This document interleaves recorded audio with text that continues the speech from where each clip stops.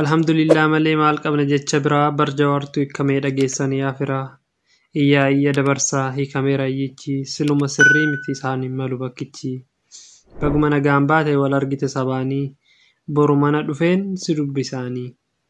Baga gammadan Oromoo gammanne hidhamaan siyaasaa warri nuti yaanne qaallitti gaddisanii baqqee Jawaar fi Dajanee yaaddoon isaan kanaa numa deessite onnee. Galata Rabbii guddaa baanachitti nafne galata galchuu malee waan jedhantu jira. Ijaaf gurratu fayyee Oromoon gammade har'aa. Jaalleewwan qaqqaalii tokkichi akka kumaa Jawaar fi Baqqalaan Oromoof Oromummaa ummataaf arjoomaa Oromoo dagaagsuu hindi dangonkumaa. Saba ofiitti galuun homaan qabu cubbuu sabboonaa nu gochuuf nuuf laattaniim lubbuu shakkiin qabaatinaa nu bira geessanii isin waliin jiran nuti ilmaan keessanii. Isin nu dhaltanii baguma nagaadhaan fayyaadhaan galtanii tira diinaa cirra wal qoodaa maleessa. Kottaa yaa waan ofii maaloo nu jabeessaa innichi kaleessaa qabsoo nagaaf dhagaa Itoophiyaa yuusuphuu Ormuu baheem ragaa. Uummanni Oromoo hubadhaa galaana tokko taanaan martuu kutatee calaana.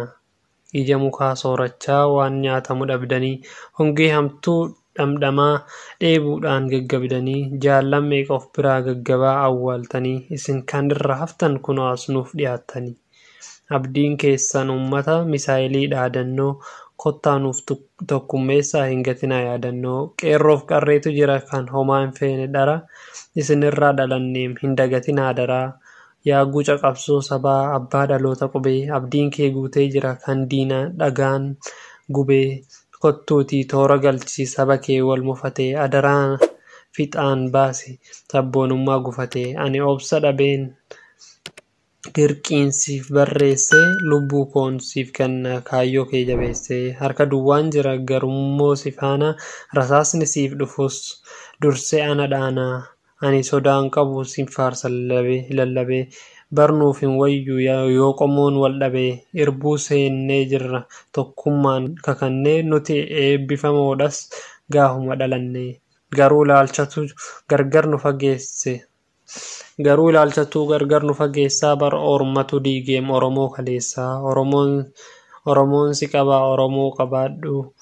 Ifaan keessa guutii mee dheebuu baafadhu kaayyoof karoora kee karaa nagaan labsii tokkummaa ilmaan keetiin waraabeyyii cabsii.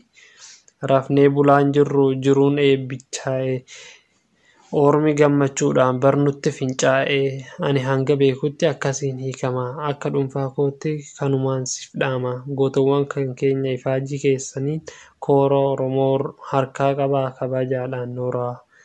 Hidhamtoota siyaasaa ijaa fi gurra Oromoo gootota keenya beegammadaa kaayaa qomoo Jawaar fi Baqqalaa ati Hamzaa Booranaa baganuuf baatanii wallaa isin yaannee jaranaa. Abjuun Oromoo suma kunoo nuuf baate jawwee baga nuuf irraa hafte du'a rasaasaaf qawwee.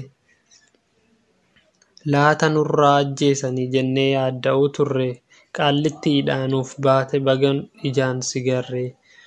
Hin dagatamtu atis mirga kee maafin sarbaa harka diinaatii baate jaallee Baqqalaa Garbaa siif ciinqamuu turre bar gurbaan nurraa si qalaa harka isaatii nuuf baate goota koo yaa Baqqalaa.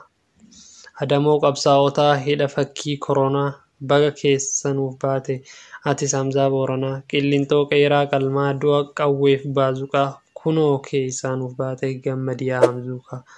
Qabsaa'ottiin Oromoo warri baatan hidhaarraa gammachuun keenya boru yoo itti fufe akkii arraa bilisummaan aannanii nu haa obsu Rabbiin.